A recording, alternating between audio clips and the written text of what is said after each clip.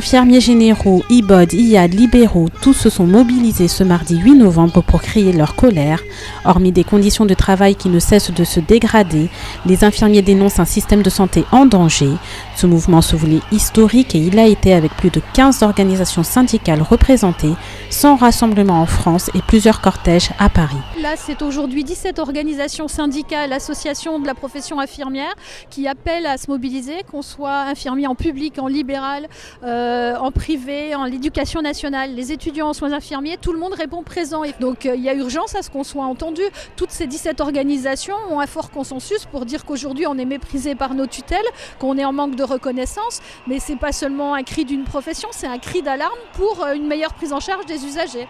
Infirmiers méprisés, patients en danger. On n'est pas des machines mais des êtres humains. À peine le temps pour les soins et plus le temps de prendre soin. Des slogans qui témoignent d'une exaspération générale se sont fait entendre dès 10h ce matin sur le parvis de la gare Montparnasse. À 11h, plusieurs milliers de manifestants ont ensuite pris la direction du ministère de la Santé.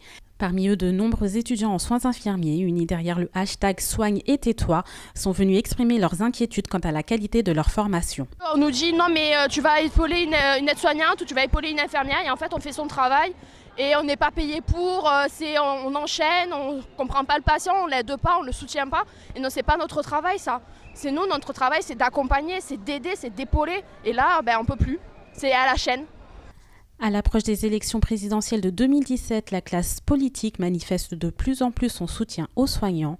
De son côté, Marisol Touraine, ministre de la Santé, a assuré hier qu'elle présenterait d'ici à la fin du mois ou au début du mois de décembre au plus tard une stratégie pour améliorer les conditions de travail des professionnels de santé.